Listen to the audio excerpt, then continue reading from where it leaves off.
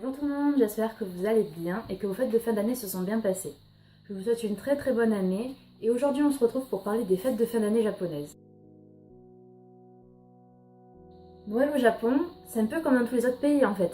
C'est offrir des cadeaux aux enfants et passer un bon moment en famille ou entre amis. Là où c'est différent, c'est pour les ados, le 24 décembre, c'est comme la Saint-Valentin. Ils se déclarent l'un l'autre. Puis certains, si c'est réciproque, vont dans des love hotels.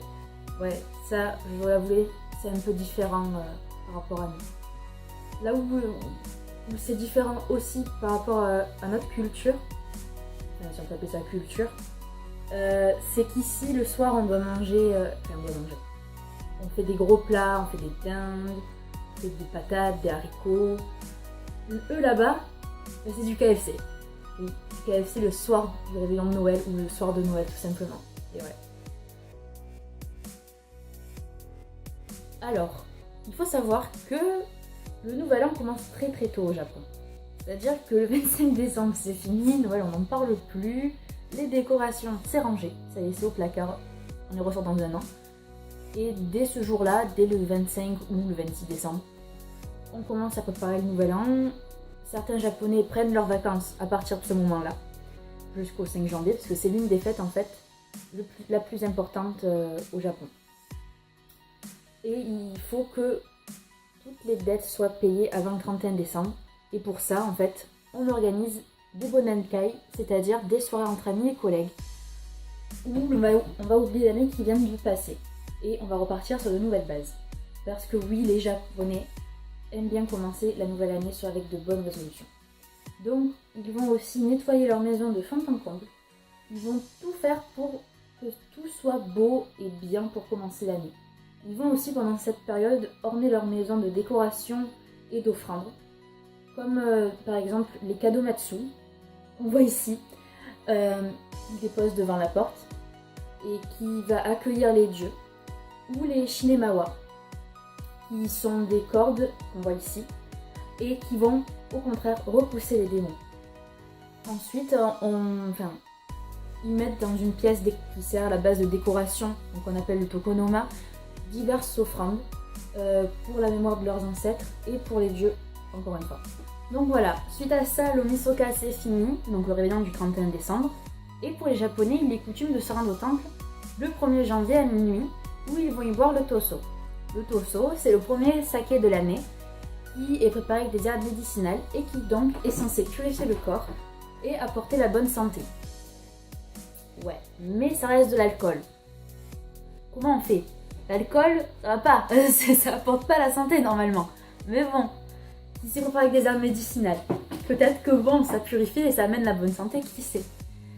Après ça, ils vont prier et tirer les prédictions pour la nouvelle année, qu'ils espèrent bonne et remplie de bonheur. Une autre tradition, c'est que les enfants reçoivent les premiers jours de l'année des enveloppes décorées de manière traditionnelle ou grâce à l'effigie de certains personnages de manga, dont le plus en vogue est disons le One Piece, et qui contiennent de l'argent et dont le montant varie selon l'âge et peut partir de 500 et atteindre les 10 000 yens, donc de 3,80 € jusqu'à 76 €. Les enfants commencent bien l'année, j'ai envie de dire quand même, recevoir de l'argent comme ça, c'est pas mal. Notre tradition, c'est que si nous en France, on a jusqu'à fin janvier pour souhaiter la bonne année, au Japon, les vœux doivent arriver le matin du 1er janvier.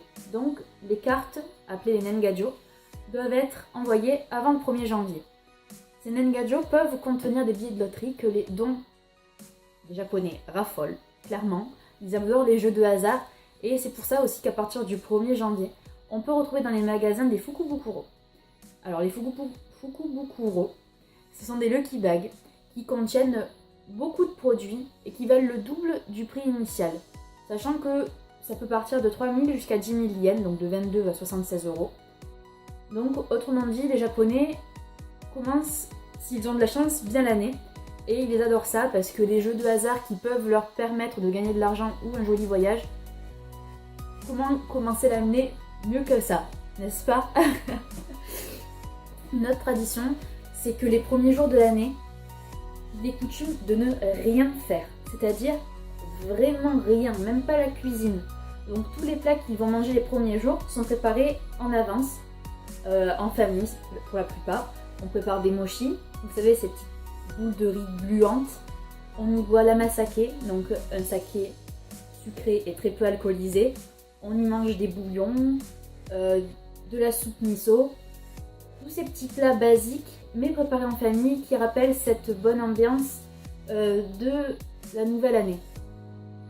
Et enfin, le 2 janvier, les Japonais sont conviés au palais de l'empereur à Tokyo, où ils peuvent rencontrer entre guillemets la famille impériale qui est située sur un balcon derrière une vitre quand même, un minimum de protection, et où l'empereur va leur faire leurs vœux, va leur dire ses vœux pour l'année. Et voilà, c'est à ça que ressemblent les fêtes de fin d'année au Japon. Voilà, j'espère que cette vidéo vous aura plu. C'est ma première vidéo, je suis quand même assez stressée et assez timide, il faut savoir. Mais bon, j'espère que cette année commence bien pour vous et que vous allez nous suivre cette année et que ça va bien se passer.